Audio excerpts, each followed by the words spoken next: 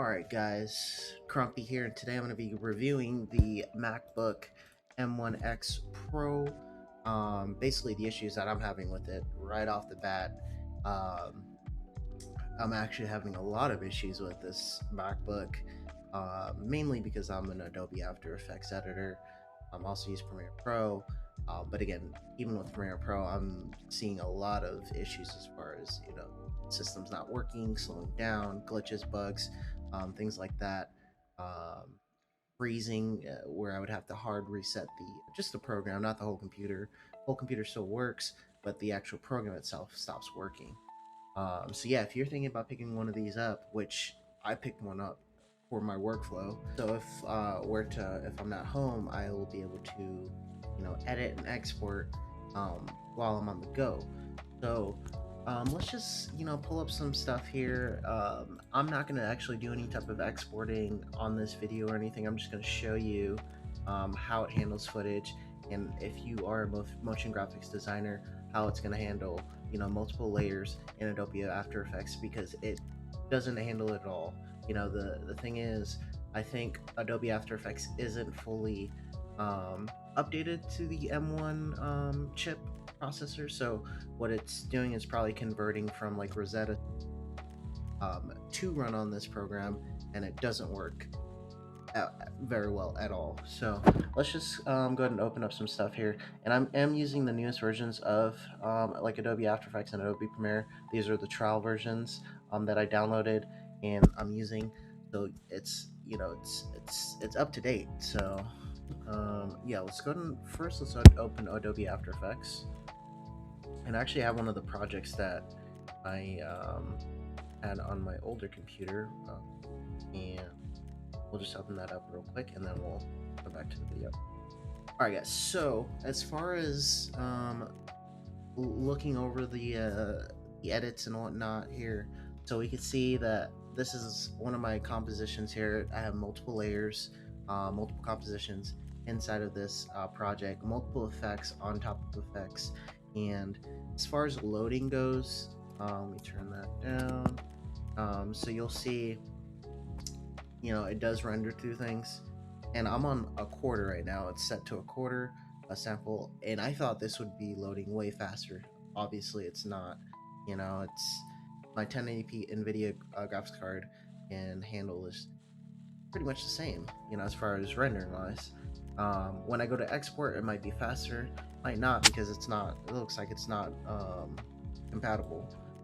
Alright, so if you were trying to use any type of plugin, Sapphire, trap code, things like that, they might not be updated.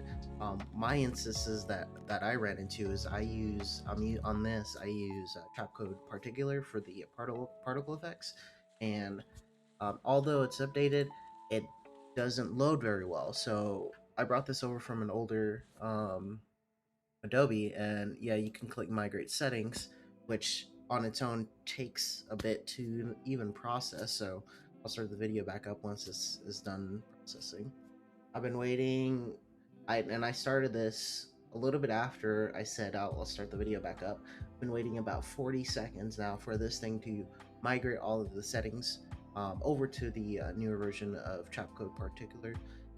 And again, I've been running into all types of bugs. I've already done this 4 or 5 times. I've saved my project. I've closed out of the project. I've reopened the project, and it's asking me to do the same exact thing again. So you'll literally run into nothing but bugs while using this. And you think that it's frozen or something, or did I click it? It's definitely clicked, because now none of my top keys are functioning. And sometimes this doesn't even load. It might not even load right now. I'm gonna have to force close out of Adobe After Effects. Been waiting 1 minute and 30 seconds now for this thing to process over. um I've done multiple workarounds as far as like hiding all my layers and only having one layer available. It does the same exact. Some of the effects don't load. It's nothing but issues with this. But yeah, as you can see, it's not even migrating. But again, I can close out of this, reopen it, and click the migrate thing, and it'll it might work. It has a mind of its own. So like, let's say it does load and it goes over. I save it, I close out of the document, and I try to reopen it. Nothing. It doesn't save. So we're just gonna have to force quit this. I'm having nothing but issues with this MacBook, guys. All right, so let's go ahead and check out Adobe Premiere. All right, so I shoot on a Red Komodo, so I do have raw footage that I can just drag and drop into this, and I thought, this would be able to handle it, but again, it doesn't look optimized.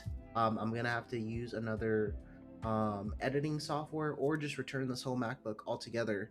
But if I use another editing software, I just downloaded Davinci Pro, so I'm gonna learn that, and I'll probably make a tutorial about using that, because I feel like once you know all of the editing process, like once you've been editing for a while, the actual process of learning a new editing software isn't too bad. Like there might be like a curve with like shortcuts and stuff, and like how to export and export with the right settings.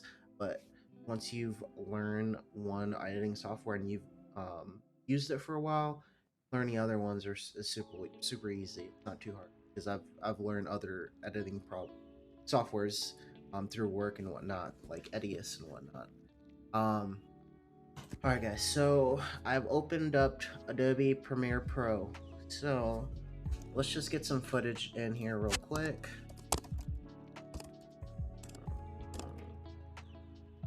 Alright, cool.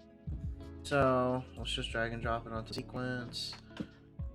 So it's running at the lowest possible. So I'm still gonna have to use proxies on this thing, because it's not loading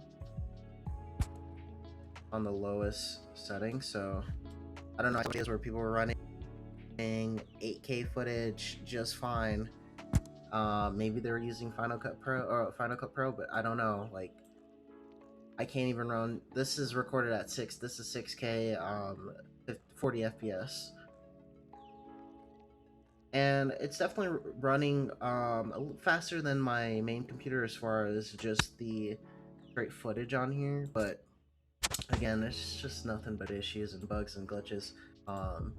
They need to optimize both Adobe After Effects, along with the plugins need to be optimized for the M1 MacBook. So if you are thinking about getting one, I would recommend just doing a little bit more research.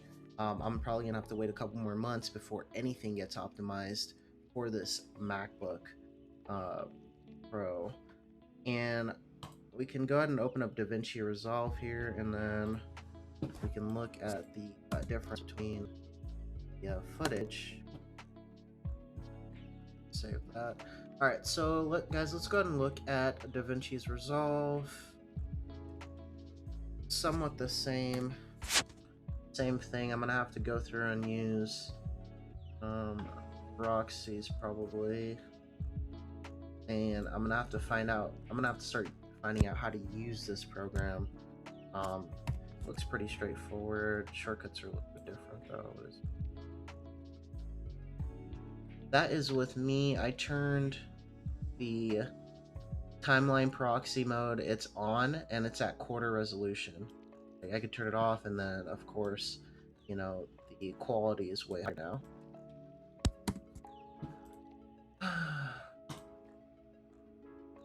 So yeah, guys, if you are thinking about getting one of these things, like, oh, I'll get it out of the box, I'll be able to edit 6K 5K footage, maybe 1080p, maybe 4K will work better on this thing. But yeah, if you're thinking about editing like hard end, like heavy graded footage, I haven't even messed with the color codes on this. I'm gonna for sure have to use proxies still.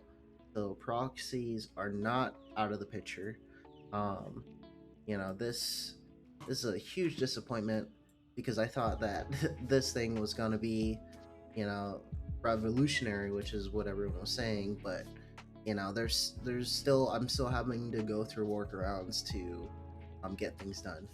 So, but yeah, guys, if you think that you can buy this MacBook and You know, maybe it'll work better with Final Cut Pro. I don't know. I think that's what they're catered to.